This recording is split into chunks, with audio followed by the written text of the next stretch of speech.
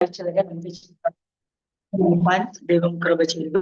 2 തെസ്സലോനിക്കർക്ക് എഴുതിയ 2-ാം ലേഖനം 2-ാം അധ്യായം അതിന്റെ 12 വരെയുള്ള വാക്യങ്ങൾ നമ്മൾ ധ്യാനിപ്പാൻ നമുക്ക് ധ്യാനിപ്പാൻ ദൈവം കൃപ ചെയ്തു.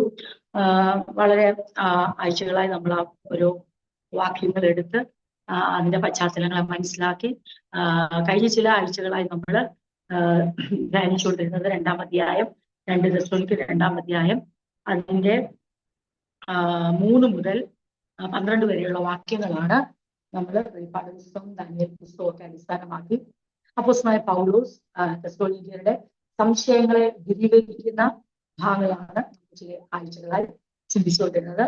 അത് ഏകദേശം നമുക്കൊരു ഔട്ട്ലൈൻ ലഭിച്ചു എന്ന് കരുതിക്കൊണ്ട് ഞാൻ 13-ാം വാക്യത്തിലേക്ക് കടക്കാനാണ് ആഗ്രഹിക്കുന്നത്. അപ്പോസ്തലൻ ഇവിടെ യേശുവിന്റെ പ്രതിഷ്ഠയെ സംബന്ധിച്ച് അതിനു മുമ്പ് നടക്കേണ്ട വിശ്വാസത്യാഗം, ആക്രമമൂർത്തി വെളിപ്പെടേണ്ട കാര്യം, അതെങ്ങനെയാണ് സാത്താന്റെ വ്യാപാരശക്തി, കഴിഞ്ഞ ആഴ്ച നമ്മളത് ചിന്തിച്ചു. അങ്ങനെ നമുക്ക് ഏറെക്കുറെ ഒരു ഫ്രെയിം എങ്കിലും നമുക്ക് കിട്ടി. ആഴമായ ഒരറിവ് കിട്ടുമെന്ന് ഞാൻ അവകാശപ്പെടുന്നില്ല. എങ്കിലും ആ ഭാഗം വായിക്കുമ്പോൾ ഇതിങ്ങനെയാണ് എന്ന് ചിന്തിക്കാൻ തക്ക ഒരു അടിസ്ഥാനം ദൈവം നമുക്ക് നൽകി തന്നോർത്ത് നന്ദിയോടെ ദൈവത്തെ സ്തുതിക്കുന്നു. തുടർന്ന് വരും കാലങ്ങളിൽ അങ്ങനെയുള്ള ദൈവത്തിന്റെ ചിന്തകൾ, ധ്യാനങ്ങൾ ദൈവം നമുക്ക് നൽകി തരാൻ, മനസ്സിലാക്കാൻ ഓരോന്നും ഇനിയും മനസ്സിലാക്കേണ്ട സമയം ദൈവം നമ്മളെ മനസ്സിലാക്കിപ്പിക്കും. ഏറ്റവും അധികം നമ്മൾ ഉറച്ചു നിൽക്കേണ്ടത് അപ്പോസ്തലനായ പൗലോസ് പറഞ്ഞ ആ വാക്കിലാണ്. 2 തെസ്സലോനിക്കർ 2-ാം അധ്യായം അതിന്റെ 2-ാം വാക്യം, കർത്താവിന്റെ നാൾ അടുത്തിരിക്കുന്നു എന്ന് വെച്ച് നിങ്ങൾ വെള്ളി ആത്മാവിനാലോ വചനത്താലോ ഞങ്ങൾ എഴുതി എന്ന ഭാവത്തിലുള്ള ലേഖനത്താലോ സുബോധം വിട്ട് വേഗത്തിൽ ഇളകുകയും ഞെട്ടിപ്പോകുകയും അരുത്. ആരും ഏതു വിധേനയും നിങ്ങളെ ചതിക്കരുത്. ഈ ഒരു കാര്യം നമ്മൾ ഓർക്കുക. അപ്പോസ്തലൻ ഇത് എഴുതുന്നതിന്റെ പിന്നിലുള്ള പ്രധാന ഉദ്ദേശവും അതാണ്. ആരും തെസ്സലോനിക്ക സഭയെ വഞ്ചിക്കാൻ പാടില്ല, ചതിക്കാൻ പാടില്ല. അപ്പോസ്തലൻ തന്നെ എഴുതി അയച്ച കത്താണ് എന്ന് തെറ്റിദ്ധരിപ്പിച്ച് അവരുടെ ജീവിതത്തെ ലക്ഷ്യം തെറ്റിക്കാൻ അപ്പോസ്തലൻ ഒരു സമയത്തും അനുവദിച്ചില്ല. നമ്മുടെ ജീവിതത്തിലും നമ്മുടെ ഏറ്റവും വലിയ ഉത്തരവാദിത്വം അതാണ്. നമ്മളെ ഓട്ടം സ്ഥിരതയോടെ ഓടുവാൻ നമ്മൾ കടപ്പെട്ടവരാണ്.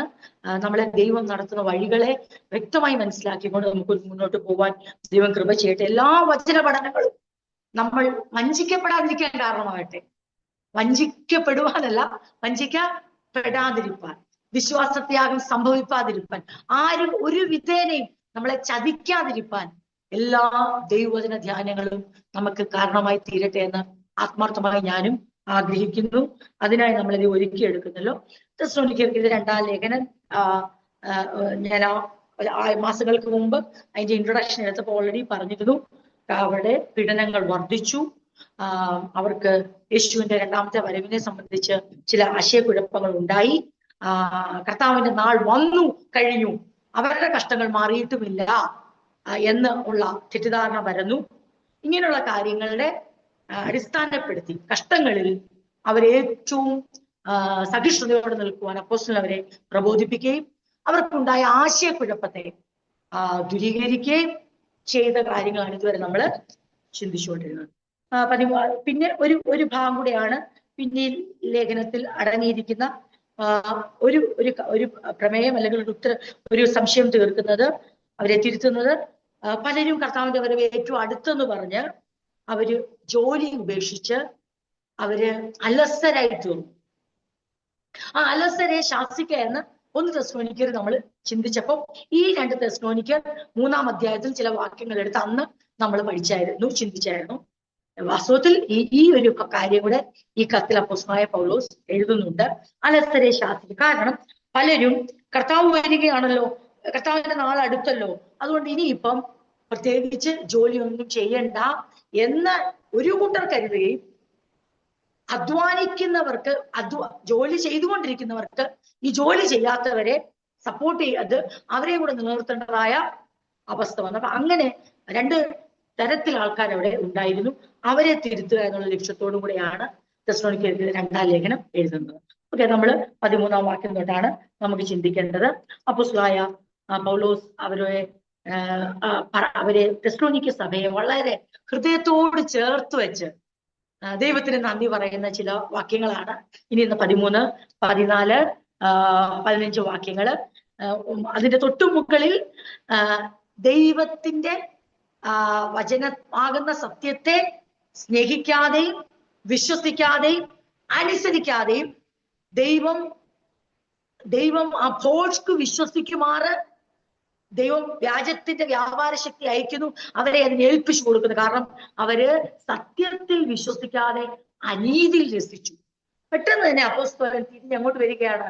ആ സബ്ജക്റ്റ് അവിടെ ക്ലോസ് ചെയ്തിട്ട് സത്യത്തിൽ വിശ്വസിച്ച്, സത്യത്തെ സ്നേഹിച്ച്, സത്യത്തെ അനുസരിച്ച്, സത്യത്തിൽ രസിക്കുന്ന, വചനത്തിൽ രസിക്കുന്ന, വചനത്തിൽ ആനന്ദിക്കുന്ന തെസ്സലോനിക്ക സഭയെ അങ്ങ് ആശ്ലേഷിക്കുന്നതിന് തുല്യമായി മാറോട് കത്തെഴുതുവാണല്ലോ. അടുത്ത് ചെന്ന് അതെ മാറോട് ചേർക്കാൻ പറ്റാത്തതിന് ആ കത്തിലൂടെ നമുക്ക് ഫീൽ ചെയ്യും.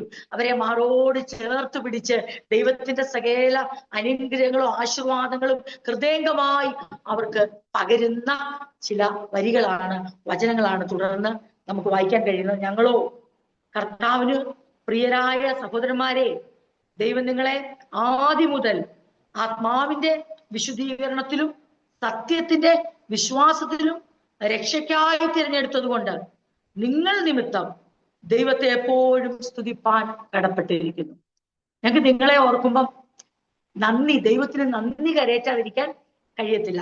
ദൈവത്തിന് മഹത്വം കൊടുക്കാൻ ഞങ്ങൾക്ക് അങ്ങനെ കൊടുക്കാതിരിക്കാൻ കഴിയത്തില്ല. കാരണം നിങ്ങളുടെ ക്വാളിറ്റി എന്താണെന്ന് ഞങ്ങൾക്ക് നന്നായിട്ട് അറിയാം. നിങ്ങളുടെ പ്രത്യേകത എന്താണെന്ന് ചോദിച്ചാൽ, നിങ്ങൾ ആ സത്യത്തിന്റെ വിശ്വാസത്തിലും ആത്മാവിന്റെ വിശുദ്ധീകരണത്തിലും ദൈവം നിങ്ങളെ തെരഞ്ഞെടുത്തു. നിങ്ങൾക്ക് അത് വിശ്വസിപ്പാൻ കഴിഞ്ഞു. അത് ഓർക്കുമ്പോൾ, കാരണം അതങ്ങനെ എടുത്തു പറയാൻ കാര്യം, അങ്ങനെ അല്ലാത്തവരുടെ അവസ്ഥ അപ്പോസ്തലൻ നന്നായിട്ട് അറിയാം. അതാണ് 12, 11, 12 വാക്യങ്ങളിൽ സത്യത്തെ വിശ്വസിക്കാതെ അനീതിയിൽ രസിക്കുന്ന ഏവർക്കും ന്യായവിധി വരണം, അല്ലെങ്കിൽ ഇംഗ്ലീഷിൽ ലേഖന കണ്ടംനേഷന, ശിക്ഷാവിധി വരേണ്ടതിന് ദൈവം അവർക്ക് ആ കൂട്ടത്തെ കുറിച്ച് അപ്പോസ്തലന് നല്ല ബോധ്യമുണ്ട്. ഈ സത്യത്തെ അറിയിക്കുമ്പോൾ അത് അപ്പോസ്തലൻ തുടർന്ന് പറയുന്നുണ്ട്, നമ്മുടെ കർത്താവായ 14 വാക്യം, യേശുക്രിസ്തുവിന്റെ മഹത്വം പ്രാപിപ്പാനല്ലോ അവൻ ഞങ്ങളുടെ സുവിശേഷ ഘോഷണത്താൽ നിങ്ങളെ രക്ഷയ്ക്ക് വിളിച്ചത്. അപ്പൊ ഞങ്ങൾ നിങ്ങളോട് സുവിശേഷം അറിയിച്ചപ്പം ആ സത്യത്തെ വിശ്വസിപ്പാനും അതിനെ സ്വീകരിപ്പാനും അതിൽ തന്നെ രസിപ്പാൻ, അതിൽ ഹൃദയം കൊടുത്ത് സ്നേഹത്തോടെ ഹൃദയത്തിനകത്ത് എന്താ പറയുക, ആ ദൈവം വചനത്തെ ഉൾക്കൊള്ളുവാൻ തക്കവണ്ണം നിങ്ങൾക്ക് കഴിഞ്ഞത് ഞങ്ങൾക്ക് ഓർക്കുമ്പോൾ ഞങ്ങൾക്ക് എത്ര ദൈവത്തെ സ്തുതിച്ചാലും നന്ദി കരയറ്റിയാലും മതിയാകത്തില്ല. കാരണം ഞങ്ങൾക്ക് ഒരു മറുവശം കൂടെ നല്ലതായിട്ട് അറിയാം. അപ്പോസ്തലന് അത് വ്യക്തമായി മുകളിൽ സൂചിപ്പിച്ചിട്ടാണ് തെസ്സലോനിക്കരോട് പറയുന്നത്. നിങ്ങള് എന്താ പറയണ്ടേ, നിങ്ങൾ ശിക്ഷാവിധിയെ ഭയപ്പെടേണ്ടവര് അല്ല, നിങ്ങൾ അഥവാ പാതാളത്തിൽ പോകുന്നത് പേടിക്കേണ്ടവരല്ല, ദൈവം നിങ്ങളെ കൈവിട്ടെന്ന് പറഞ്ഞ് നിങ്ങൾ പേടിക്കേണ്ടവര് അല്ല, ദൈവം നിങ്ങളെ ഓർത്തില്ലെന്ന് പറഞ്ഞ് നിങ്ങൾ സങ്കടപ്പെടേണ്ടവരല്ല, അയ്യോ ഞങ്ങളുടെ കഷ്ടങ്ങൾക്കൊരു അറുതിയില്ലല്ലോ എന്നോർത്ത് നിങ്ങൾ സങ്കടപ്പെടേണ്ടവരല്ല. കാരണം പീഡിപ്പിക്കുന്നവർക്ക് പീഡ കൊടുപ്പാൻ ഞങ്ങൾക്കും നിങ്ങൾക്കും ഒരുപോലെ ആശ്വാസം തരുവാൻ നമ്മുടെ ദൈവം വിശ്വസ്തനാണ് എന്നുള്ള ശക്തമായ സന്ദേശം അവർക്ക് പകർന്നു കൊടുത്തിട്ട് അപ്പോസ്തലൻ പറയുകയാണ്, ഞങ്ങൾക്ക് ഒത്തിരി സന്തോഷം, ഒത്തിരി നന്ദി, ഒത്തിരി ദൈവത്തിന്റെ സ്തുതി ഞങ്ങൾ കരയറ്റുന്നു. കാരണം നിങ്ങളെ ദൈവം വിളിച്ചു, നിങ്ങൾക്ക് നിങ്ങളുടെ ജീവിതത്തിൽ ആ ആത്മാവിന്റെ വിശുദ്ധീകരണം നടക്കുന്നുണ്ട്. നിങ്ങൾ ആ സത്യത്തിൽ വിശ്വസിച്ചിട്ട് ആത്മാവിന്റെ വിശുദ്ധീകരണത്തിലാണ് നിങ്ങൾ ജീവിക്കുന്നത്.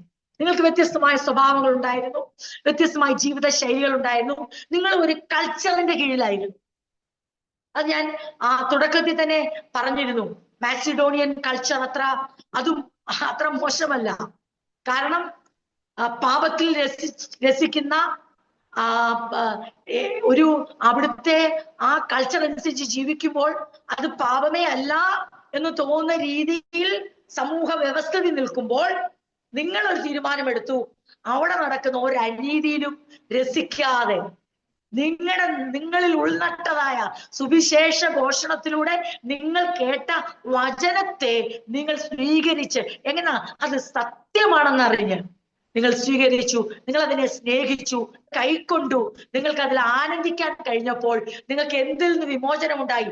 പാപത്തിന്റെ ശിക്ഷയിൽ നിന്ന് ദൈവം നിങ്ങൾക്ക് മോചനം തരികയും ആ പാപ പ്രകൃതിയെ തൃപ്തിപ്പെടുത്തുന്ന ആ കൾച്ചറിൽ നിന്ന് നിങ്ങൾ ക്രിസ്തുയേശുവിലേക്ക്, കിങ്ഡം കൾച്ചറിലേക്ക്, ദൈവരാജ്യ സംസ്കാരത്തിലേക്ക് നിങ്ങൾ ലിഫ്റ്റഡ് അപ്പായി ദൈവം നിങ്ങളെ ഉയർത്തി. ദൈവരാജ്യ സംസ്കാരം എന്ന് പറയുന്നത് 1000 ആണ്ട് വാഴ്ചയിലല്ല നമ്മൾ അനുഭവിക്കാൻ പോകുന്നത്. അതൊരു കണ്ടിന്യൂവേഷനാ.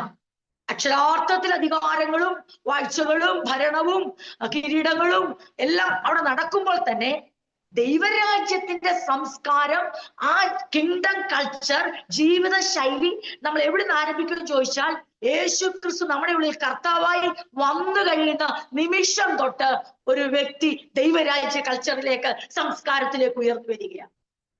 അത് ആത്മാവ വിശുദ്ധീകരണം നിങ്ങളിൽ ചെയ്തെടുക്കുന്നുണ്ട്. അപ്പൊ നിങ്ങൾ മാസിഡോണിയൻ മക്കദോന്യയിൽ നിങ്ങൾ മാറിപ്പോയിട്ടില്ല. നിങ്ങൾ തെസ്സലോനിക്കയിൽ തന്നെ താമസിക്കുന്നു. തെസ്സലോനിക്ക സംസ്കാരത്തിന് മാറ്റം വന്നില്ല, പക്ഷെ വീണ്ടെടുക്കപ്പെട്ട നിങ്ങളുടെ സംസ്കാരത്തിന് മാറ്റം വന്നു. നമ്മൾ പാർക്കുന്ന പട്ടണങ്ങൾക്ക് മാറ്റം വന്നിട്ടല്ല നമുക്ക് മാറ്റം വരുന്നേ. നമ്മൾ പാർക്കുന്ന വീട്ടിൽ നമ്മളെ ഒറ്റയ്ക്ക് വിളിച്ചു വേർതിരിക്കുമ്പോൾ ബാക്കി എല്ലാവർക്കും മാറ്റം വരണമെന്ന് ഒരു നിർബന്ധവുമില്ല.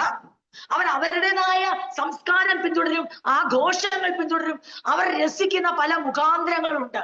പക്ഷെ രക്ഷിക്കപ്പെട്ട ദൈവവേദന അറിഞ്ഞിരിക്കണം, യേശുവിനെ കർത്താവായി സ്വീകരിച്ച ഒരു ദൈവവേദന അറിഞ്ഞിരിക്കണം, ഇനി ഞാൻ എന്തിൽ രസിക്കണമെന്നുള്ളത് വ്യക്തമായ ബോധ്യം എനിക്ക് ഉണ്ടായിരിക്കണം. അവരതിൽ രസിക്കുന്നല്ലോ, ഇവരതിൽ രസിക്കുന്നല്ലോ, അവരവിടെ പോകുന്നല്ലോ, ഇവരിത് ചെയ്യുന്നല്ലോ എന്നുള്ളതിനേക്കാൾ ദൈവം നോക്കുന്നത് നമ്മൾ എന്തിലാണ് രസിക്കുന്നത്, നമ്മൾ എന്തിലാണ് എൻജോയ് ചെയ്യുന്നത്.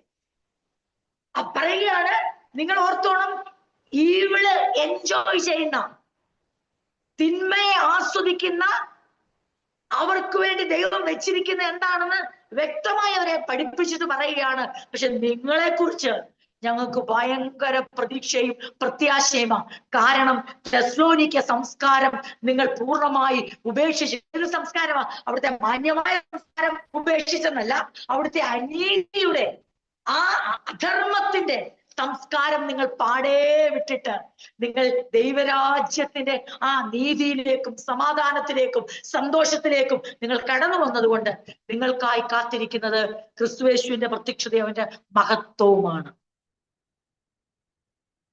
അപ്പം അവരെ ശരിക്കും അത് വായിക്കുമ്പോൾ നമുക്ക് വളരെ സന്തോഷം തോന്നും. ആകയാൽ സഹോദരന്മാരെ, നിങ്ങൾ ഉറച്ചു നിന്ന് ഞങ്ങൾ വാക്കിനാലോ ലേഖനത്താലോ ഉപദേശിച്ച പ്രമാണങ്ങളെ മുറുകെ പിടിച്ചുകൊള്ളി.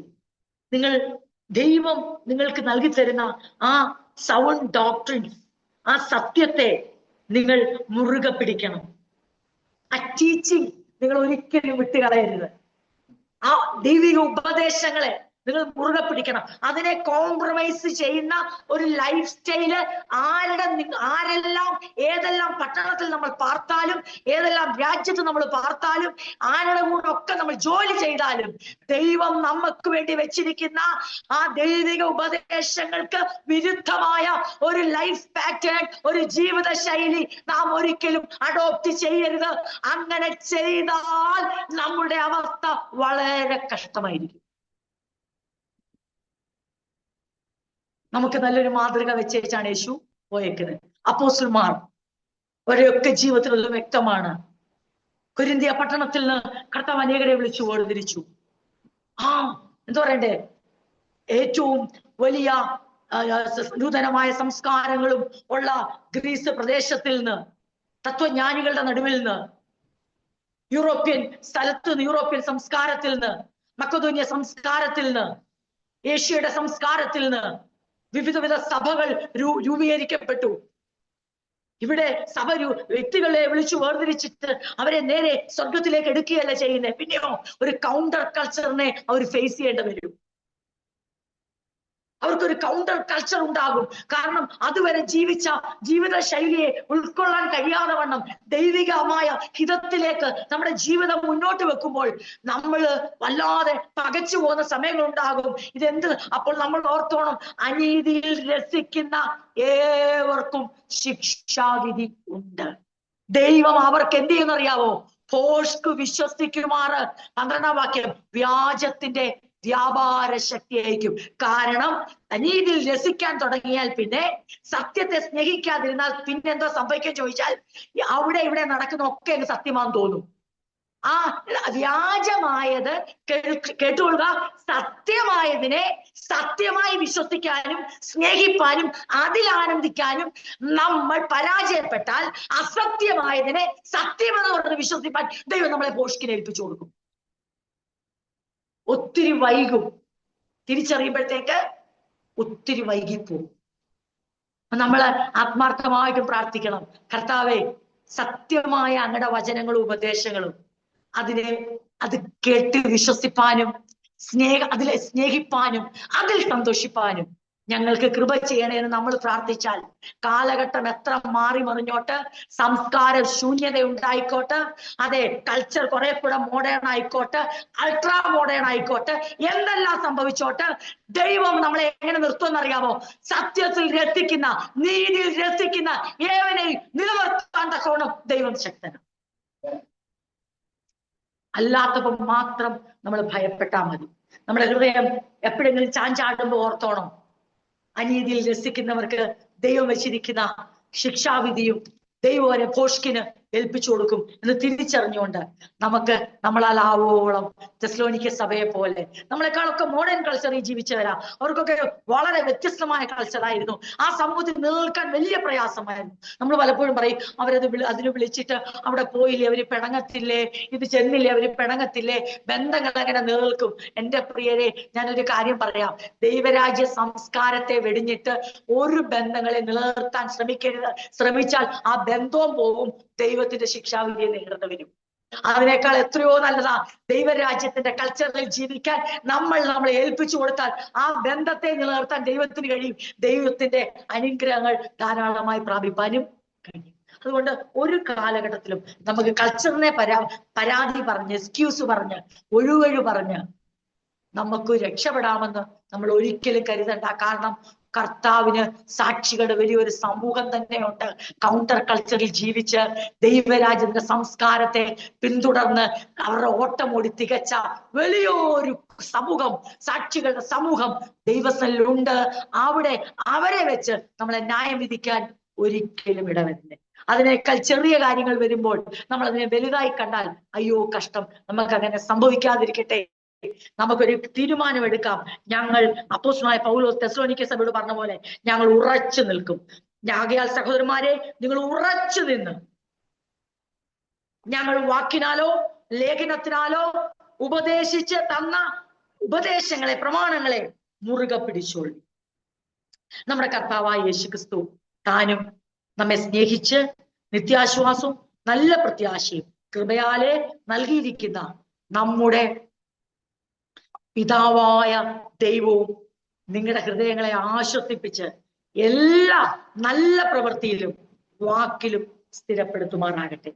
ഒരു വലിയ അനുഗ്രഹം അവരെ അങ്ങ് അനുഗ്രഹിച്ച് അങ്ങ് ആത്മാർത്ഥമായി ദൈവത്തോട് അപേക്ഷിക്കുകയാണ് അപ്പോസ്തലനായ പൗലോസ്. വളരെ സന്തോഷത്തോടെ പറയുകയാണ്, അദ്ദേഹത്തിന്റെ ഹൃദയം നിറഞ്ഞുകൊണ്ട് അദ്ദേഹം പറയുകയാണ്, അതിനാൽ സഹോദരങ്ങളെ, നമ്മുടെ കർത്താവ് യേശുക്രിസ്തു, നമ്മുടെ പിതാവായ ദൈവവും നമ്മെ സ്നേഹിച്ച് അവിടുത്തെ കൃപയാൽ നമുക്ക് ശ്വാശ്വത സ്വാതന്ത്ര്യവും ഉത്തമ പ്രത്യാശയും നൽകി നിങ്ങളുടെ ഹൃദയങ്ങളെ ആശ്വസിപ്പിച്ച് നിങ്ങളെ സകല സൽപ്രവർത്തികളിലും വാക്കുകളിലും ശക്തീകരിക്കട്ടെ. ദൈവം ശരിക്കും നമ്മൾ പറയത്തില്ലേ, ഹൃദയം നിറഞ്ഞങ്ങ് അനുഗ്രഹിച്ചു. ഒരു സെന്റൻസിനകത്ത് എന്തൊക്കെ ബ്ലെസ്സിങ്സ് കൊണ്ടുവരാവോ അപ്പോസ്തലൻ ആ ബ്ലെസ്സിങ്സ് എല്ലാം കൊണ്ടുവന്നു. നിറഞ്ഞ അനുഗ്രഹം അവർക്ക് കൊടുത്തു. കാരണം അവരുടെ പ്രത്യേകതയാണ് നമ്മൾ ചിന്തിച്ചത്. അത് ലേഖനം അത് തുടരുന്നു. ആ 3-ാം അധ്യായത്തിലേക്ക് വരുന്നു. ഒടുവിൽ സഹോദരന്മാരെ, കർത്താവിന്റെ വചനം നിങ്ങളുടെ അടുക്കൽ എത്തിയതുപോലെ വേഗം വ്യാപിച്ച് മഹത്വപ്പെടുവാനും വല്ലാത്തവരും ദുഷ്ടന്മാരുമായ മനുഷ്യരുടെ കയ്യിൽ നിന്ന് ഞങ്ങൾ വിടുവിക്കപ്പെടുവാനും ഞങ്ങൾക്ക് വേണ്ടി പ്രാർത്ഥിക്കും. അവരുടെ പ്രാർത്ഥന അപ്പോസ്തലൻ ചോദിക്കുക, ഞങ്ങൾ സഹോദരങ്ങളെ, കർത്താവിന്റെ വചനം നിങ്ങളുടെ അടുക്കൽ എത്തിയതുപോലെ എല്ലായിടത്തും അതിവേഗത്തിൽ പ്രചരിച്ച് മഹത്വപ്പെടാനും അധർമ്മികളും ദുഷ്ടരുമായ മനുഷ്യരിൽ നിന്ന് ഞങ്ങൾ രക്ഷപ്പെടാനുമായി പ്രാർത്ഥിക്കാം. വിശ്വാസം എല്ലാവർക്കും ഇല്ലല്ലോ, അല്ലെങ്കിൽ എല്ലാവരും വിശ്വാസമുള്ളവര് അല്ലല്ലോ. എന്നാൽ കർത്താവ് വിശ്വസ്തനാണ്. അവിടുന്ന് നിങ്ങളെ ശക്തീകരിക്കുകയും ദുഷ്ടന്റെ കയ്യിൽ അവൻ നിങ്ങളെ ഉറപ്പിച്ച് ദുഷ്ടന്റെ കയ്യിൽ അകപ്പെടാതെ വണ്ണം കാത്തുകൊള്ളു. ഞങ്ങൾ ആജ്ഞാപിക്കുന്നത് നിങ്ങൾ ചെയ്യുന്നുവെന്നും മേലാലും ചെയ്യുമെന്ന് ഞങ്ങൾ നിങ്ങളെ കുറിച്ച് കർത്താവിൽ ഉറച്ചിരിക്കുന്നു. കർത്താവ് താൻ നിങ്ങളുടെ ഹൃദയങ്ങളെ ദൈവത്തിന്റെ സ്നേഹത്തിലേക്കും ക്രിസ്തുവിന്റെ സഹിഷ്ണുതയിലേക്കും തിരിക്കുമാറാകട്ടെ. അപ്പൊ വീണ്ടും അവരെ ബ്ലെസ് ചെയ്യുകയാണ്. എനിക്ക് ഉറപ്പുണ്ട് ദൈവം നിങ്ങളെ സംരക്ഷിക്കുമെന്ന് എനിക്ക് ഉറപ്പുണ്ട്. അതായത് നിങ്ങൾ പേടിക്കേണ്ട കാര്യമില്ല. ദുഷ്ടന്റെ കയ്യിൽ നിങ്ങളെ അകപ്പെടാതെ സൂക്ഷിപ്പാൻ ദൈവം ശക്തനാണ്. ദൈവം നിങ്ങളെ കാത്തുകൊള്ളും. നിങ്ങൾ ഒറ്റ കാര്യം മാത്രം ഓർത്താൽ മതി. നിങ്ങൾ ഉറച്ചു നിന്നുകൊണ്ട് നിങ്ങൾക്ക് വളരെ ശക്തമായി നിങ്ങൾ ഈ ഉപദേശങ്ങളെ പിടിച്ചുകൊള്ളണം. നിങ്ങളുടെ ജീവിതത്തിൽ നിങ്ങൾ ഞങ്ങളെയും ഓർത്ത് പ്രാർത്ഥിക്കണം.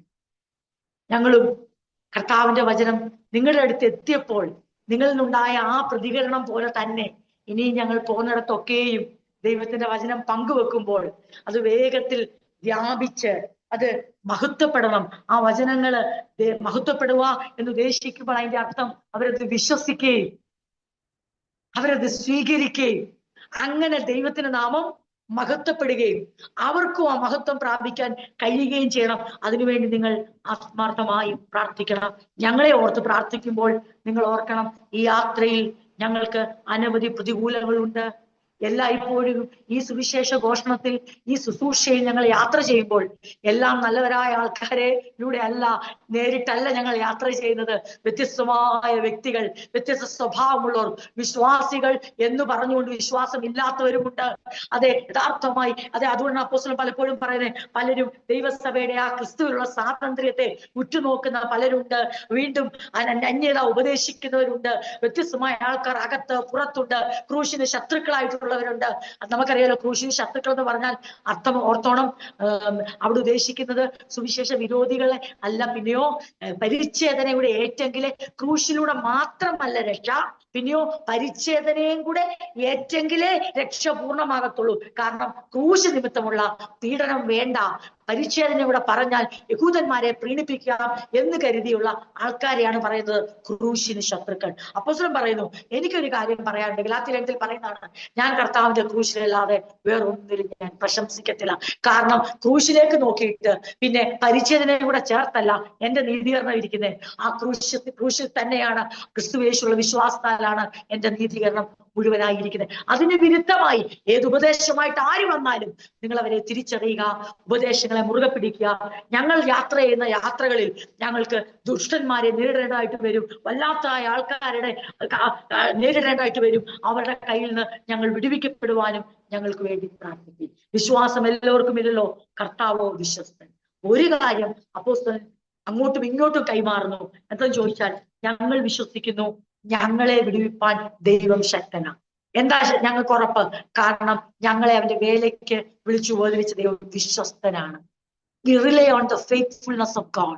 ഞങ്ങൾ അവന്റെ വിശ്വസ്തതയിൽ ആശ്രയം വെക്കുന്നു. നിങ്ങളോട് ഞങ്ങൾ പറയുന്നു, നിങ്ങളെയും ദുഷ്ടന്റെ കയ്യിൽ അകപ്പെടാതെ വണ്ണം നിങ്ങളെയും കാക്കുവാൻ ദൈവം വിശ്വസ്തന. നോക്കിയേ, എത്ര ആത്മീക വർധന വരുത്തുന്ന, എത്ര പരസ്പരം പ്രബോധിപ്പിക്കുന്ന. അതായത് പരസ്പരം ആ കത്ത് എഴുതുമ്പോൾ തന്നെ അവർ തമ്മിലുള്ള ആ കമ്മ്യൂണിക്കേഷൻ, അവർ തമ്മിലുള്ള റിലേഷൻഷിപ്പ് അവിടെ വളരെ വ്യക്തമാണ്. അതായത് ഞങ്ങൾ ഏതാണ്ട് ഭയങ്കരമായ ഗ്രേഡ് കൂടിയ ആൾക്കാർ, നിങ്ങൾ സൂക്ഷിച്ചോണം കേട്ടോ. ഞങ്ങളെ പോലെ പരിചയം നിങ്ങൾക്കില്ല. നിങ്ങളാണെങ്കിൽ ഇപ്പൊ രക്ഷയിലേക്ക് വന്ന സഭയാണ്, ഇപ്പൊ നിങ്ങൾ അങ്ങോട്ട് വന്ന് ഇത്ര നാളെ ആയുള്ളൂ. ഞങ്ങൾക്ക് ദീർഘവർഷങ്ങളുടെ പരിചയമുണ്ട്. ഈ പരിചയ സമ്പത്ത് കൊണ്ട് ഞങ്ങൾക്ക് അറിയാം എങ്ങനെ ദുഷ്ടനെ നേരിടണമെന്ന്. ഞങ്ങൾ അതിന് ട്രെയിൻഡ് ആണെന്നല്ല അപ്പോസ്തലൻ പറയുന്നത്. ഞങ്ങളെ വിടുവിക്കുന്നത് വിശ്വസ്തനായ ദൈവമാ. ഈ ചുരുങ്ങിയ കാലയളവിനുള്ളിൽ വിശ്വാസത്തിൽ വന്ന നിങ്ങളെയും ദുഷ്ടനിൽ നിന്ന് രക്ഷിക്കുന്നത് വിശ്വസ്തനായ ദൈവമാ. നമുക്ക് ഒരുമിച്ച് ദീർഘവർഷങ്ങൾക്ക് മുമ്പ് വന്ന ഞാനാണെങ്കിലും ഇപ്പോൾ വന്ന നിങ്ങളാണെങ്കിലും നമുക്ക് ഒരുമിച്ച് എന്തിൽ ആശ്രയിക്കാം? ദൈവത്തിന്റെ വിശ്വസ്തതയിൽ ആശ്രയിക്കാം. അതേ സമയത്തിന് അവിശ്വസ്തരെ അഭിമുഖീകരിക്കേണ്ടതായിട്ട് വരും, നേരിടേണ്ടതായിട്ട് വരും. ജീവിതത്തിൽ അത് നിമിത്തം പ്രയാസങ്ങൾ ഉണ്ടാവും. മനുഷ്യ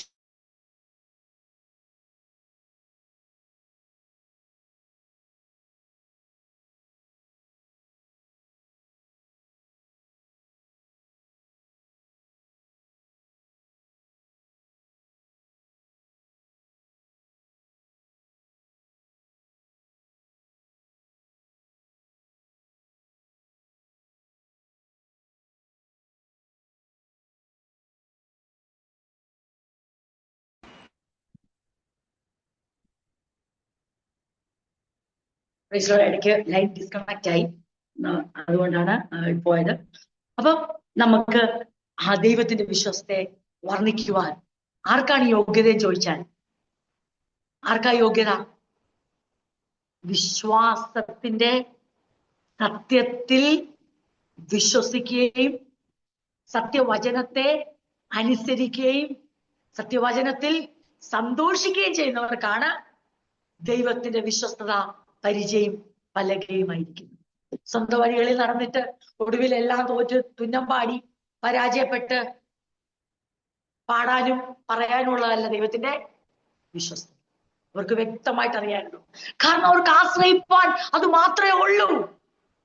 ഇനി അവർക്ക് അവരുടെ പട്ടണത്തിൽ നിന്ന്, അവരുടെ പ്രദേശവാസികളിൽ നിന്ന്, അയൽവക്കക്കാരിൽ നിന്ന്, മനുഷ്യരിൽ നിന്ന് ഇവർക്ക് ആർക്കും ഒന്നും പ്രതീക്ഷിപ്പാനില്ല. കാരണം അവർ സെറ്റപ്പാട്ടായി. അവരെ ദൈവം വിളിച്ചു, വേർതിരിച്ചു, വിശുദ്ധീകരിച്ചു, മാറ്റിക്കഴിഞ്ഞു.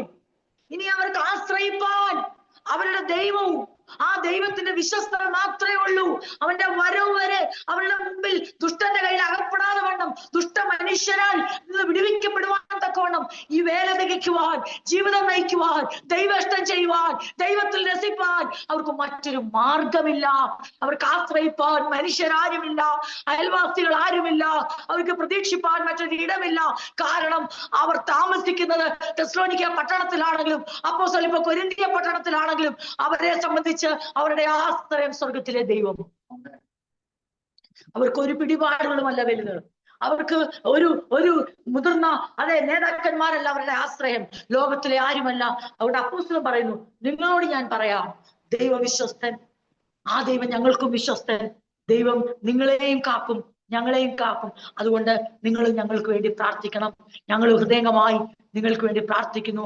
4-ാം വാക്യം 3:4, ഞങ്ങൾ ആജ്ഞാപിക്കുന്നത് നിങ്ങൾ ചെയ്യുന്നുവെന്നും മേലാലും ചെയ്യുമെന്നും ഞങ്ങൾ നിങ്ങളെ കുറിച്ച് കർത്താവിൽ ഉറച്ചിരിക്കുന്നു. അപ്പൊ ഒരു കാര്യം സത്യ, ഈ ഉപദേശിക്കുന്ന കാര്യങ്ങൾ ചെയ്യാനുള്ളതാണ്.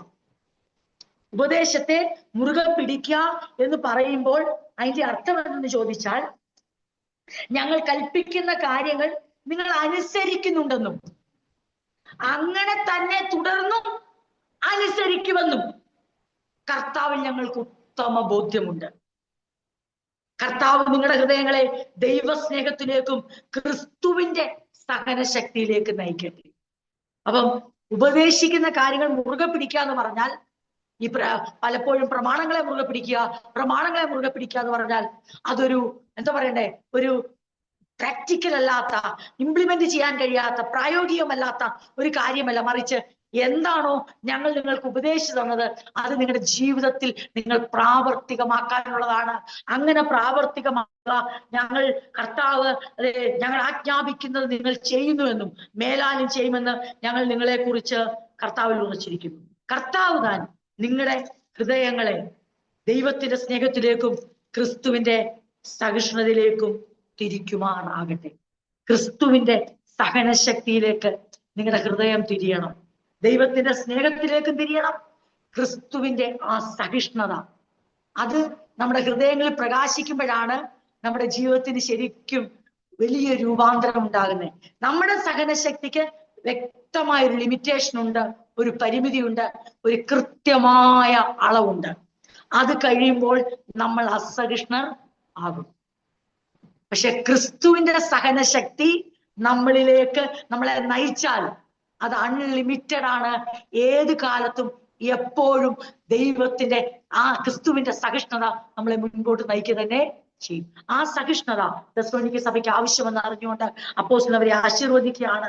നിങ്ങളുടെ ഹൃദയങ്ങളെ ദൈവത്തിന്റെ സ്നേഹത്തിലേക്കും ക്രിസ്തുവിന്റെ സഹിഷ്ണുതയിലേക്കും തിരിക്കുമാറാകട്ടെ. 6-ാം വാക്യം. ഇതെല്ലാം പ്രാർത്ഥനയും ആശീർവാദങ്ങളുമാണ്. സഹോദരന്മാരെ, ഞങ്ങളോട് പ്രാപിച്ച പ്രമാണം വിട്ട് ക്രമം കെട്ട് നടക്കുന്ന ഏത് സഹോദരനോടും അകന്നു കൊള്ളണമെന്ന് നമ്മുടെ കർത്താവായ യേശുക്രിസ്തുവിന്റെ നാമത്തിൽ ഞങ്ങൾ നിങ്ങളോട് ആജ്ഞാപിക്കുന്നു. അതാണ് 3-ാമത്തെ ഈ കത്തിന്റെ പ്രമേയമായിരിക്കുന്ന ഭാഗം ഞാൻ ഓർപ്പിച്ചത്. സഹോദരങ്ങളെ, കർത്താവായ യേശുക്രിസ്തുവിന്റെ നാമത്തിൽ ഞങ്ങൾ നിങ്ങളോട് കൽപ്പിക്കുന്നത്, അവരോട് കമാൻഡ് ചെയ്യുകയാണ്, ഞങ്ങളിൽ നിന്ന് നിങ്ങൾക്ക് ലഭിച്ചിട്ടുള്ള പ്രമാണങ്ങൾ, ഉപദേശങ്ങൾ പാലിക്കാതെ, ജീവിതത്തിൽ അത് അനുസരിക്കാതെ അലസമായി ജീവിതം നയിക്കുന്ന എല്ലാ സഹോദരങ്ങളിൽ നിന്നും അകന്നു കൊള്ളണമെന്നാണ്. അപ്പം അലസരെ ശാസിക്കുക. അത് 1 തെസ്സലോനിക്കരിൽ അവസാന ഭാഗത്ത് നമ്മൾ ചിന്തിച്ചു. എന്നിട്ട് അപ്പോസ്തലൻ പറയുകയാണ്, ഞങ്ങളുടെ മാതൃക എപ്രകാരമാണ് പിന്തുടരേണ്ടതെന്ന് നിങ്ങൾക്ക് തന്നെ അറിയാമല്ലോ. ഞങ്ങളെ അനുകരിക്കേണ്ടത് എങ്ങനെയെന്ന് നിങ്ങൾ തന്നെ അറിയുന്നുവല്ലോ. അപ്പൊ നിങ്ങളോടുകൂടെ ആയിരുന്ന കാലഘട്ടത്തിൽ ഞങ്ങൾ ഒരു മാതൃക അവിടെ കാണിച്ചിട്ടാണ് വന്നത്. എന്താണ് ആ മാതൃക എന്ന് ചോദിച്ചാൽ, ഞങ്ങൾ നിങ്ങളുടെ ഇടയിൽ ക്രമം കെട്ട് നടന്നിട്ടില്ല. എന്താ അതിന്റെ അർത്ഥം ചോദിച്ചാൽ, ഞങ്ങൾ നിങ്ങളോടൊപ്പം ആയിരുന്നപ്പോൾ അലസരായിരുന്നിട്ടില്ല. ഞങ്ങൾ നിങ്ങളോടൊപ്പം ആയിരുന്നപ്പോൾ അലസരായിരുന്നിട്ടില്ല. അതിനാണ് പറയുന്നത് ക്രമം കെട്ട് നടന്നിട്ടില്ല. ആരുടെയും ആഹാരം വെറുതെ അനുഭവിച്ചിട്ടുമില്ല. ആരുടെയും ഭക്ഷണം ഞങ്ങൾ ഭക്ഷിച്ചിട്ടില്ല. പറയാണ്, ഞങ്ങൾ ഒരു മാതൃക അവിടെ വെച്ചിട്ടാണ് ഞങ്ങൾ നിങ്ങളായിരുന്നപ്പോൾ ഞങ്ങൾ എങ്ങനെയാണ് ഞങ്ങളെ അനുകരിക്കേണ്ടതെന്ന് നിങ്ങൾക്ക് അറിയാമല്ലോ. ഞങ്ങൾ എങ്ങനെയായിരുന്നു അവിടെ നിങ്ങളോടൊപ്പം ജീവിച്ചത്. ഞങ്ങളിൽ നിങ്ങൾ ഒരിക്കലും അലസത കണ്ടിട്ടില്ല. ഞങ്ങൾ അലസരായി നിങ്ങളുടെ മുമ്പിൽ ജീവിച്ചിട്ടില്ല. അതിനാണ് ക്രമം കെട്ട് നടക്കുക എന്ന് നമ്മുടെ ഇതിൽ പറയുന്നത്. ഞങ്ങൾ ഐഡിയൽ അല്ലായിരുന്നു. ഞങ്ങൾക്ക് ഒന്നും ചെയ്യാനില്ലാതെ, ജീവിതത്തിൽ ഒരു ലക്ഷ്യമില്ലാതെ, ഞങ്ങൾക്ക് വ്യക്തമായിട്ട് ഭൗതിക വിഷയങ്ങളെ കുറിച്ച് അവർക്ക് നല്ല അപ്പോസ്തലൻ പറയുകയാണ്, ഞങ്ങൾ എങ്ങനെ നടന്നത് നിങ്ങൾക്ക് നന്നായിട്ട് അറിയാം. എന്നിട്ട് അപ്പോസ്തലൻ അടുത്ത് പറയാണ്, ഇത് ഞാൻ ഓൾറെഡി 1 തെസ്സലോനിക്കർ ചിന്തിച്ചപ്പോൾ ഈ ഭാഗം വായിച്ചതാ. ആരുടെയും ആഹാരം വെറുതെ അനുഭവിച്ചിട്ടുമില്ല. നിങ്ങളിൽ ആർക്കും ഭാരമായി തീരരുതെന്ന് വെച്ച് ഞങ്ങൾ അധ്വാനത്തോടും പ്രയാസത്തോടും കൂടെ രാപ്പകൽ വേല ചെയ്തു പോകുന്നത് അധികാരമില്ലാഞ്ഞിട്ടല്ല, അനുകരിപ്പാൻ നിങ്ങൾക്ക് ഞങ്ങളെ മാതൃകയാക്കി തരേണ്ടതുണ്ട്. അതാണ് ഞങ്ങൾ നിങ്ങളുടെ മുമ്പിൽ വെച്ച അനുകരണീയമായ മാതൃക.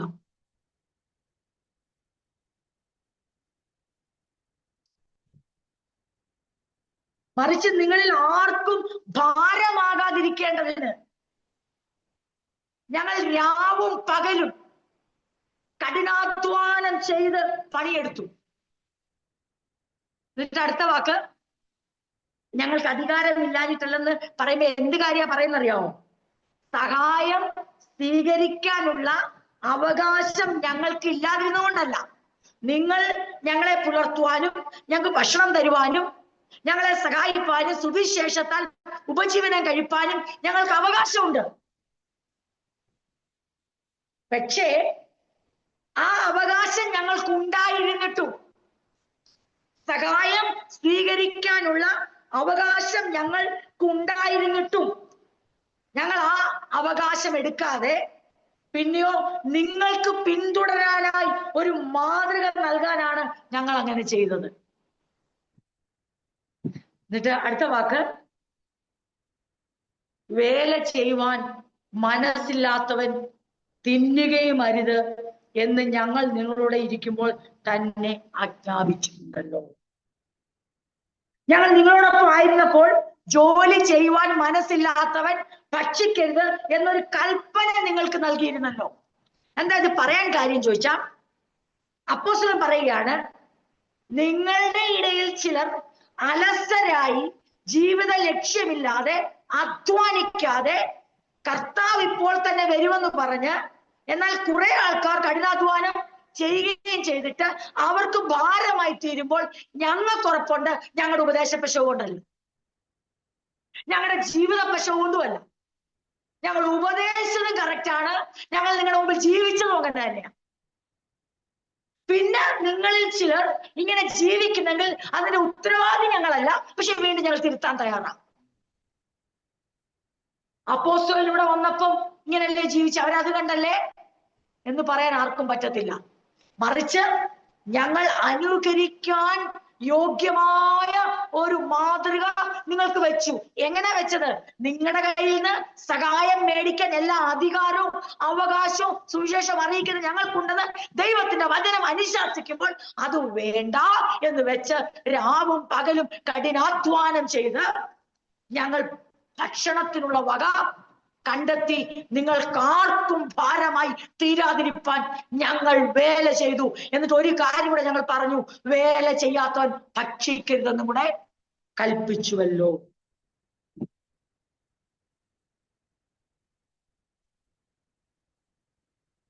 പതിനൊന്നാം വാക്യം, നിങ്ങളിൽ ചിലർ ഒട്ടും വേല ചെയ്യാതെ. അവിടെയാണ് ഈ ക്രമം കെട്ട് നടക്കുന്ന വാക്ക് പൂർണ്ണമാകുന്നത് അല്ലെ.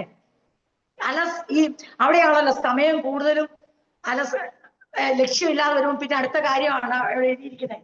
നിങ്ങളിൽ ചിലർ ഒട്ടും വേല ചെയ്യാതെ പരകാര്യം നോക്കി ക്രമം കെട്ട് നടക്കുന്നു എന്ന് കേൾക്കുന്നു. നിങ്ങളിൽ ചിലർ മറ്റുള്ളവരുടെ കാര്യങ്ങളിൽ ഇടപെട്ട്, എന്താണ് പരകാര്യം നോക്കാന്ന് പറഞ്ഞാൽ? മറ്റുള്ളവരുടെ കാര്യത്തിൽ ഇടപെട്ട് ഒരു ജോലിയും ചെയ്യാതെ അലസരായി നടക്കുന്നുണ്ടെന്ന് ഞങ്ങൾ കേൾക്കുന്നു. അവരോട് ശാന്തതയോടെ ജോലി ചെയ്ത് തങ്ങളുടെ ഭക്ഷണം നേടണമെന്ന് കർത്താവായ യേശുക്രിസ്തുവിന്റെ പേരിൽ ഞങ്ങൾ ആജ്ഞാപിക്കുകയും അഭ്യർത്ഥിക്കുകയും ചെയ്യും. സാവധാനത്തോടെ അല്ലെങ്കിൽ ശാന്തതയോടെ വേല ചെയ്ത് അഹോവൃത്തി കഴിക്കണം. അർത്ഥാൽ തങ്ങളുടെ ഭക്ഷണത്തിനുള്ള വക കണ്ടെത്തണമെന്ന് കർത്താവായ യേശുക്രിസ്തുവിൽ ഞങ്ങൾ ആജ്ഞാപിച്ച് പ്രബോധിപ്പിക്കുന്നു. നിങ്ങളോ സഹോദരന്മാരെ നന്മ ചെയ്യുന്നതിൽ തളർന്ന് പോകരുത്. അപ്പം മൂന്നാമത്തെ കാര്യം അവിടെ പരിഹരിക്കപ്പെടാനുള്ള നിർദ്ദേശം കൊടുത്തു. ഒന്ന് നമ്മളെ ലേഖനം ഇതിന്റെ അധികം എക്സ്പ്ലനേഷൻ വേണ്ടാത്തതുകൊണ്ടാണ്, ഇത് ഓൾറെഡി ചിന്തിച്ചത് കൊണ്ടാണ് ഞാൻ അങ്ങനെ വായിച്ചില്ലെങ്കിൽ നിങ്ങൾക്കറിയാമല്ലോ നമ്മൾ ആ ഒരു ആഴ്ചയിലൊക്കെ 2 വാക്യങ്ങളാ ആകെ നമ്മൾ ചിന്തിക്കുന്നത്. അപ്പം 2 തെസ്സലോനിക്കർ എഴുതാനുള്ള 3 കാരണങ്ങളിൽ മൂന്നാമത്തെ കാരണമാണ് ഇവിടെ. ഒന്നാമത്തേത് പെരുകുന്ന കഷ്ടത, അതിന്റെ നടുവിൽ എങ്ങനെ നിൽക്കണമെന്ന് അറിയാത്ത തെസ്സലോനിക്ക സഭ. 2, അപ്പോസ്തലൻ കത്തെഴുതി അയച്ചതാ, കണ്ടില്ല ലേഖനം, കർത്താവിന്റെ നാൾ വന്നുപോയി കഴിഞ്ഞുപോയി, നമ്മൾ കൈവിടപ്പെട്ടു, അല്ലെങ്കിൽ നമ്മുടെ കഷ്ടത മാറിയില്ല എന്നുള്ള തെറ്റായ പ്രചരണം. അതായിരുന്നു നമ്മൾ രണ്ടാമത് ചിന്തിച്ചത്. 3, കർത്താവ് വേഗത്തിൽ വരുന്നു, ഇനി ഇപ്പം ജോലിക്കൊന്നും പോകേണ്ട ഒരു കാര്യവും ഇല്ല. നമുക്ക് കിട്ടുന്ന സമയം മറ്റുള്ളവരുടെ കാര്യത്തിലൊക്കെ ഇടപെട്ടങ്ങ് ജീവിക്കാമെന്നുള്ളൊരു തെറ്റായ, അതിന് പറയുന്നതാണ് ക്രമം കെട്ട ജീവിതം. അലസരാകുകയും ചെയ്തു, മറ്റുള്ളവരുടെ കാര്യത്തിൽ ഇടപെടുകയും ചെയ്തുകൊണ്ട് അതിനുള്ള ആജ്ഞ കൊടുക്കുക, കറക്ഷൻ കൊടുക്കുക, ശാസന കൊടുക്കുക. ഇതാണ് മൂന്നാമത് ഈ കത്തെഴുതാനുള്ള കാരണം. അതാണ് നമ്മളിപ്പോൾ ചിന്തിച്ചത്. അതുകൊണ്ട് നിങ്ങൾ ഒരു കാര്യം ചെയ്യണം സഹോദരങ്ങളെ, നന്മ ചെയ്യുന്നതിൽ നിങ്ങൾ തളർന്നു പോകാൻ പാടില്ല എന്ന് അവരെ ഓർപ്പിക്കുക. ഈ ലേഖനത്തിലുള്ള ഞങ്ങളുടെ വാക്കനുസരിക്കാത്തവൻ നാണിക്കേണ്ടതിന് അവനോടുള്ള സംസർഗം വിട്ട് അവനെ വേർതിരിപ്പി. ഈ ലേഖനത്തിൽ ഞങ്ങൾ നൽകുന്ന നിർദ്ദേശം അനുസരിക്കാൻ വിസമ്മതിക്കുന്ന ഏതൊരാളിനെയും പ്രത്യേകം ശ്രദ്ധിക്കുക. അങ്ങനെയുള്ള ആളുമായി സമ്പർക്കം പുലർത്തരുത്. അപ്പോൾ അയാൾ ലജ്ജിതനായി തീരും. എന്നിട്ട് പെട്ടെന്ന് അടുത്ത വാക്ക് പറയാണ്, എന്നിരുന്നാലും അയാളെ ഒരു ശത്രുവായി കണക്കാക്കാതെ ഒരു സഹവിശ്വാസി എന്ന നിലയിൽ ഗുണദോഷിക്കുകയാണ് വേണ്ടത്. എത്ര പറഞ്ഞാലും വി ഡോണ്ട് കെയർ, ഇതൊന്നും ഞങ്ങളെ ബാധിക്കത്തില്ല എന്ന് പറയുന്ന ആൾക്കാർ നിങ്ങളുടെ കൂടെ നടുവിൽ ഉണ്ടെങ്കിൽ അവർക്കൊരു ലജ്ജ തോന്നാൻ അവരുമായിട്ടുള്ള സമ്പർക്കം നിങ്ങൾ നിർത്തിയിട്ട്, പക്ഷെ ശത്രുവായി കാണല്ലേ, പിന്നെയോ ഒരു സഹവിശ്വാസി എന്ന നിലയിൽ ഗുണദോഷിക്കണം. ഈ മുകളിൽ പറഞ്ഞ ആജ്ഞകൾ, പ്രബോധനങ്ങൾ കേട്ടിട്ടും ജോലിക്ക് പോകുന്നില്ല, കർത്താവ് വരുമെന്ന് പറയുമ്പോൾ അവരുടെ ജീവിതത്തിൽ ആ വിശുദ്ധീകരണത്തിന്റെ പ്രോസസ്സ് നടക്കുന്നില്ല. കാരണം എന്തോ, പല കാര്യങ്ങളിൽ ഇടപെടുകയാണ്, ജീവിത ലക്ഷ്യം തെറ്റുകയാണ്, പാപത്തിനുള്ള വഴി തുറന്നു കൊടുക്കുക, ആത്മീയതയിൽ വർദ്ധിച്ചു വരത്തില്ല, പിന്നെയോ പാപപ്രകൃതിയുടെ ഇഷ്ടമനുസരിച്ച് ജീവിക്കാനുള്ള സമയമാണ് കൂടുതൽ കിട്ടുന്നത്. അങ്ങനെ പോകാതെ അവരെ ശാസിച്ച് ഈ വചനങ്ങൾ അവരോട് പറഞ്ഞ് അവരെ തിരുത്തുക. ഇനി ആരെങ്കിലും പറയുകയാണ്, നിങ്ങളോ സഹോദരന്മാരെ നന്മയും ചെയ്യുന്നതിൽ തളർന്നു പോകരുത്, ഈ ലേഖനത്തിലുള്ള ഞങ്ങളുടെ വാക്ക് അനുസരിക്കാത്തവർ ഉണ്ടാവും. അങ്ങനെ ഉണ്ടെങ്കിൽ നിർദ്ദേശങ്ങളെ അനുസരിക്കാൻ വിസമ്മതിക്കുന്ന ഏതൊരാളിനെയും വേർതിരിപ്പീൻ, നമ്മുടെ ഇതിനകത്ത് വേർതിരിപ്പീൻ, മാറ്റി നിർത്തി എന്നാ പറയുന്നത്. നിങ്ങൾ അവരെ ഒന്ന് മാറ്റി നിർത്തണം, പ്രത്യേകം ഒന്ന് ശ്രദ്ധിക്കണം. അങ്ങനെയുള്ള ആളുമായി സമ്പർക്കം പുലർത്തരുത്. അത് പറയാൻ കാര്യം എന്ന് ചോദിച്ചാൽ, ദൈവിക ഉപദേശങ്ങളെ മുറുകെ പിടിക്കാതെ അതിനെ ജീവിതത്തിൽ പ്രാവർത്തികമാക്കാതെ താന്താന്റെ ശൈലിയിൽ ജീവിക്കുന്ന ഏതൊരാളിനെയും നിങ്ങൾ ശ്രദ്ധിക്കണം. എന്നിട്ട് എന്ത് ചെയ്യണം? അയാൾ അങ്ങനെ ചെയ്യുമ്പോൾ അയാൾ നാണിക്കേണ്ടതിന് അവനോടുള്ള സംസർഗം വിട്ട് അവനെ മാറ്റി നിർത്തുവീൻ. വേർതിരിപ്പീൻ എന്ന് പറഞ്ഞാൽ ആ സമ്പർക്കം അവിടെ കുറയുമ്പോൾ അതൊരു വിഷമമായിട്ട് തീരും. ദൈവവചനം പ്രമാണിക്കാത്തതിൽ കുറ്റബോധമൊന്നുമില്ല, പക്ഷെ സമ്പർക്കം കുറയുമ്പോൾ ഇച്ചിരി ബുദ്ധിമുട്ടാണ്. ദൈവവചനം പ്രമാണിക്കാതെ വി ഡോണ്ട് കെയർ എന്ന് പറയുമ്പോൾ കുഴപ്പമില്ല, ഫെലോഷിപ്പ് നടക്കുന്നുണ്ടല്ലോ. പക്ഷെ ഫെലോഷിപ്പിൽ ഒരല്പ അകൽച്ച ഉണ്ടാവുമ്പോൾ ആൾക്ക് ലജ്ജ ഉണ്ടാവും. അതെന്താ അങ്ങനെ?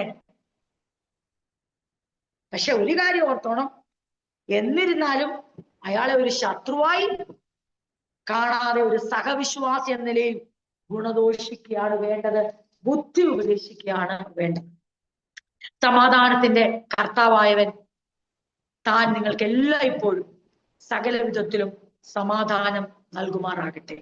കർത്താവ് നിങ്ങൾ എല്ലാവരോടും കൂടെ ഇരിക്കുമാറാകട്ടെ. 17-18 വാക്യങ്ങളിൽ 17-ാം വാക്യത്തിൽ ഒരു പ്രത്യേകതയുണ്ട്. പൗലോസായ എന്റെ കയ്യാൽ വന്ദനം. സകല ലേഖനത്തിലും ഇത് തന്നെ അടയാളം. കാരണം ഇനിയും ഒരു കൺഫ്യൂഷൻ ഉണ്ടാകാൻ പാടില്ല. ഈ ആശംസകൾ പൗലോസ് എന്ന ഞാൻ തന്നെ എന്റെ സ്വന്തം കയ്യാൽ എഴുതുന്നു. ആശംസകൾ മാത്രം കേട്ടോ, അപ്പോസ്തലൻ ലേഖനം പറഞ്ഞു കൊടുക്കുകയാണ്, അവരാണ് എഴുതുന്നത്. ഒടുവിൽ അപ്പോസ്തലൻ പറയാണ്, പക്ഷെ ആശംസകൾ ഞാൻ എന്റെ സ്വന്തം കയ്യാൽ എഴുതുക. എന്നാന്നറിയോ?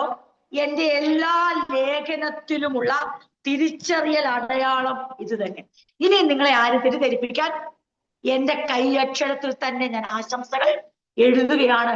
ഇത് തന്നെ അടയാളം എന്ന് പറഞ്ഞാൽ ഇനിയും പൗലോസ് എഴുതിയ ലേഖനം എന്ന് പറഞ്ഞ് നിങ്ങളെ ആരും ഭ്രമിപ്പിക്കാൻ പാടില്ല. അതുകൊണ്ട് എന്റെ കൈപ്പടയിൽ ഞാൻ നിങ്ങൾക്ക് ആശംസകൾ എഴുതുന്നു, ഇതാണ് ഇനിയും ഞാൻ എഴുതിയെന്നുള്ളതിന്റെ അടയാളം. നമ്മുടെ കർത്താവ് യേശുവിന്റെ കൃപ നിങ്ങൾ എല്ലാവരും കൂടെ ഇരിക്കുമാറാണ്. അങ്ങനെ വളരെ വേഗത്തിൽ തെസ്സലോനിക്ക എഴുതിയ 2-ാം ലേഖനം, നമ്മൾ 3-ാം അധ്യായം, നമ്മൾ ഇന്ന് ആദ്യത്തെ സംഭവം തോന്നല്ലേ, നമ്മൾ ഇത്രയും നാളും ലേഖനം പഠിച്ചിട്ട് ഒരു അധ്യായം നമ്മൾ മുഴുവനായി വായിച്ച് നിർത്തുന്നത് എനിക്ക് തോന്നുന്നു എനിക്ക് അങ്ങനെ തോന്നുന്നു വളരെ റയറായ ഒരു കാര്യമാണ്. പക്ഷേ ഇന്ന് നമുക്കത് അങ്ങനെ മനസ്സിലാക്കാൻ കഴിയുന്ന കാര്യങ്ങളാണ്. ഇത് ഓൾറെഡി 1 തെസ്സലോനിക്കർ പഠിച്ചപ്പോൾ നമ്മൾ ചിന്തിച്ച വേദഭാഗങ്ങളുമാണ്. അതുകൊണ്ട് അത് വീണ്ടും ഒന്നും കൂടെ ഞാൻ ആവർത്തിക്കുകയും ചെയ്തു. നമുക്ക് ഈ 2 തെസ്സലോനിക്കർ ഏത് ഉദ്ദേശത്തോടെ എഴുതിയത് മനസ്സിലാക്കുവാൻ ദൈവം കൃപ ചെയ്തു. ആ ഓരോ പ്രമേയങ്ങളെയും ഓരോ കാരണങ്ങളെയും വ്യക്തമായി അഭിമുഖീകരിച്ചുകൊണ്ട് അപ്പോസ്തലൻ അതിന് തക്ക മറുപടി അവർക്ക് കൊടുക്കുന്നു. ആ മറുപടികൾ കാലങ്ങൾക്ക് ശേഷം നമ്മൾ ചിന്തിക്കുമ്പോൾ, നമ്മൾ ഈ കഴിഞ്ഞ ചില മാസങ്ങളായി 2 തെസ്സലോനിക്കർ നമ്മള് ചിന്തിക്കാൻ തുടങ്ങി. ഞാൻ 2 തെസ്സലോനിക്കർ ചിന്തിക്കാൻ തുടങ്ങിയ ഡേറ്റ് ഇവിടെ എഴുതി വെച്ചിട്ടുണ്ട്. 17/2/2026 അതായത് ഫെബ്രുവരി 17 അല്ലേ? ഫെബ്രുവരി 17 ഈ 3 അധ്യായങ്ങളുള്ള തെസ്സലോനിക്ക ലേഖനം നമ്മൾ ചിന്തിച്ച് തുടങ്ങിയത്. പക്ഷേ അനവധി കാര്യങ്ങൾ ദൈവത്തിന്റെ പരിശുദ്ധ ആത്മാവ് അതിൽ നിന്ന് നമുക്ക് ചിന്തിപ്പാൻ കൃപ ചെയ്തു. ഇന്ന് രാത്രി പ്രാർത്ഥനയ്ക്കായിട്ട് നമ്മുടെ തലകളെ വണക്കി നാം പ്രാർത്ഥിക്കാനായി നമ്മളെ സമർപ്പിക്കുകയും ചെയ്യുമ്പോൾ നമ്മുടെ ഹൃദയങ്ങളില് ഈ ദൈവവചന ചിന്തകൾ ഒന്നും കൂടെ ഒന്ന് ഓർത്തെടുക്കാൻ നമുക്ക് കഴിഞ്ഞാൽ അത് കുറച്ചുകൂടെ അനുഗ്രഹമായിരിക്കും. ദൈവം നമ്മളോടും സംസാരിച്ച വചനങ്ങൾ നമ്മുടെ കഷ്ടത പെരുകുമ്പോൾ, നമ്മൾ പ്രതീക്ഷിക്കുന്ന പോലെ കാര്യങ്ങൾ പോകാതിരിക്കുമ്പോൾ, ജീവിതത്തില് അപ്രതീക്ഷിതമായ സംഭവങ്ങളെ നേരിടേണ്ടി വരുമ്പോൾ, മനസ്സിന് വല്ലാതെ ക്ലേശം ഉണ്ടാകുമ്പോൾ, ഭാരം ഉണ്ടാകുമ്പോൾ, ഞാൻ എന്ത് ചെയ്യണമെന്ന് ചോദിക്കുമ്പോൾ, ആ കഷ്ടതയുടെ നടുവിൽ തന്റെ മക്കൾ എങ്ങനെ നിൽക്കണമെന്നുള്ള ഒരാലോചന ഈ പഠനത്തിൽ ദൈവം നമുക്ക് നൽകി തന്നു. സ്ഥിരതയോടെ ദൈവവചനത്തെ ഉറച്ചുകൊണ്ട്, അതെ, സന്തോഷം അങ്ങ് ദൈവ സ്നേഹത്തിൽ വർദ്ധിച്ചുകൊണ്ട്, സഹോദര സ്നേഹത്തിൽ വർദ്ധിച്ചുകൊണ്ട്, വിശ്വാസം വർദ്ധിച്ചുകൊണ്ട് കഷ്ടതയിൽ നിൽക്കുവാൻ അപ്പോസ്തലൻ തുടക്കത്തിലെ അവരെ ബുദ്ധി ഉപദേശിക്കുന്നുണ്ട്. 2, കർത്താവിന്റെ വരവിനെ കുറിച്ച് ഒരു സംശയം ഉണ്ടാകാതെ, നമ്മൾ കൈവിടപ്പെട്ടു പോയോ, കൈവിടപ്പെട്ടോ, അയ്യോ കർത്താവ് വന്നു കേട്ടോ, അറിഞ്ഞില്ലേ എന്ന് ചോദിക്കുകയോ, അണ്ട് ഈ കത്ത് കണ്ടില്ലേ, ഇത് ഇന്നാൾ എഴുതിയതാ, അവര് പ്രസംഗിച്ച് കേട്ടില്ലേ, അയ്യോ അവരെ ഒരിക്കൽ തെറ്റ് പ്രസംഗിക്കത്തില്ല എന്ന് പറഞ്ഞോ നമ്മളെ ഭ്രമിപ്പിക്കാൻ ലേഖനത്താലോ ഏതെങ്കിലും ഉപദേശത്താലോ ഏതെങ്കിലും വചനത്താലോ പ്രസംഗത്താലോ നമ്മൾ ഇളകിപ്പോകാതെ ഉറച്ചു നിൽപ്പാൻ ഈ ലേഖന പഠനം നമ്മളെ സഹായിച്ചു. അതോർത്ത് ഞാൻ ദൈവത്തെ സ്തുതിക്കുന്നു. 3-ാമത്തെ കാര്യം, നമ്മളിൽ ആർക്കെങ്കിലും ജീവിത ലക്ഷ്യങ്ങളില്ല, ഭൗതികമായ കാര്യങ്ങളിൽ കൃത്യമായ ബോധ്യമില്ല, നമ്മള് ജീവിതത്തിൽ അതെങ്ങനെയാണ് മുന്നോട്ട് കൊണ്ടുപോകേണ്ടത്, ആത്മീക ജീവിതം ലക്ഷ്യത്തോടെ പോകുമ്പോൾ തന്നെ ഈ ഭൂമിയിലെ നമ്മുടെ ദിനചര്യകൾ അല്ലെങ്കിൽ അഹോവൃത്തി, നമ്മുടെ ഭക്ഷണ കാര്യങ്ങൾ, നമ്മുടെ ജീവിതത്തിന്റെ കാര്യങ്ങൾ, നമ്മൾ എങ്ങനെയാണ് ആ കാര്യങ്ങളെ കാണേണ്ടത്, നമ്മൾ എങ്ങനെയാണ് മറ്റുള്ളവർക്ക് നമ്മൾ സഹായമായി തീരണം, നന്മ ചെയ്യണം, അതെ, ആർക്കും ഭാരമായി തീരാതെ ഒരു ജീവിതം നയിക്കാൻ, അതെ, ആ പരകാര്യത്തിൽ ഇടപെട്ട് മറ്റുള്ളവരുടെ കാര്യത്തിൽ എല്ലാം ചെന്ന് ഇടപെട്ടിട്ട് സ്വന്തം കാര്യത്തിൽ ഒരു ഉത്തരവാദിത്വവും ഇല്ലാതെ ഇറസ്പോൺസിബിൾ ആയി നിരുത്തരവാദികളായി തീരാതിരിപ്പാൻ, ക്രമം കെട്ട് നടക്കാതിരിപ്പാൻ വ്യക്തമായ ബുദ്ധി ഉപദേശം അപ്പോസ്തലൻ തെസ്സലോനിക്ക സഭയ്ക്ക് കൊടുത്തു. ആരെങ്കിലും ഈ ഉപദേശങ്ങളെ ഇത് അനുസരിക്കുന്നില്ല എങ്കിൽ അവരെ ശ്രദ്ധിക്കുക, അവരെ ഗുണദോഷിക്കുക, അവരെ ബുദ്ധി ഉപദേശിക്കുക, അവരും അത് യഥാസ്ഥാനപ്പെടുവാൻ നമുക്ക് പ്രാർത്ഥിക്കാം. ഇന്ന് രാത്രി നമുക്ക് ഒരുമിച്ച് പ്രാർത്ഥിപ്പാൻ നമ്മുടെ തലകളെ വണക്കാം. കഴിഞ്ഞ ചില മാസങ്ങളായി 2 തെസ്സലോനിക്കർ ചിന്തിപ്പാൻ ആഴമായി ചില ഭാഗങ്ങൾ, സമയങ്ങൾ എടുത്ത്, ആഴ്ചകൾ എടുത്ത് നമുക്ക് ചിന്തിപ്പാൻ ദൈവം കൃപ ചെയ്തു. നമ്മൾ ഒരിക്കലും പോകാത്ത വെളിപ്പാട് പുസ്തകത്തിലേക്കും ദാനിയേൽ പുസ്തകത്തിലേക്കും ഒക്കെ പോയി അവിടുത്തെ കാര്യങ്ങൾ ചിന്തിപ്പാൻ ദൈവം നമ്മളെ സഹായിച്ചു. നമുക്കെല്ലാം മഹത്വം ദൈവത്തിന് കൊടുക്കാം, ദൈവത്തിൽ ആശ്രയിക്കാം. നമ്മുടെ ജീവിതത്തെ ദൈവത്തോട് ചേർത്ത് നിർത്തി നമുക്ക് പറയാം, ഞങ്ങൾ കർത്താവെ അങ്ങയുടെ ഉപദേശങ്ങളെ മുറുകെ പിടിക്കും, ഞങ്ങൾ ആ ഉപദേശങ്ങളെ ആദ്യം ഉള്ളിൽ സ്വീകരിക്കും, എന്നിട്ട് ആ ഉപദേശത്തെ ഞങ്ങൾ അനുസരിച്ച് ജീവിക്കും. ഞങ്ങൾക്ക് വേണ്ടി അവിടുന്ന് ഒരുക്കിയിരിക്കുന്ന ആ മഹത്വത്തിനായി ഞങ്ങൾ ദൈവത്തെ സ്തുതിക്കുന്നു. ഞങ്ങൾ കൈവിടപ്പെട്ടു പോകത്തില്ല, ദുഷ്ടതയിൽ അകപ്പെടുവാൻ വിശ്വസ്തനായ ദൈവം സമ്മതിക്കത്തില്ല. ഞങ്ങളെ തന്നെ ദൈവങ്ങൾ സമർപ്പിക്കുന്നു എന്ന് നമുക്ക് പ്രാർത്ഥിക്കാം. ദൈവത്തിനെല്ലാം മഹത്വം അർപ്പിക്കുന്ന വചനങ്ങളാൽ ദൈവം നമ്മെ അനുഗ്രഹിക്കും.